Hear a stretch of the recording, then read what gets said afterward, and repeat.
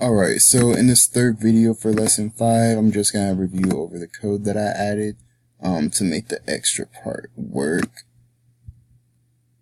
So what I did, first I came into the home page, which is the page that you're routed to once you log in. In the home page, I just added a account picture, which was the picture that actually displays. In the user class, which is I'll show that in a second, but in the user class I added a dot picture, which is a string, because the image network, it takes a string variable. So I just made the image picture a string over here in user.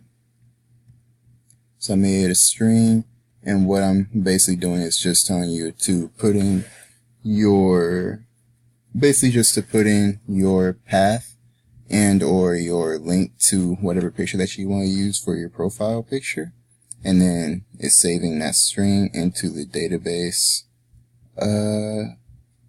Yeah, that's all it is. And then whenever you get down here, you deserialize it, which is saying, hey, like, pull this information. We want the picture from the database. Pull that and make it readable to us. So once it reads that, once it reads that string back into your home page, it's like, oh, okay, it reads the string plainly here, which essentially inputs your link, and so that's how that appears, how your profile picture appears in that drawer.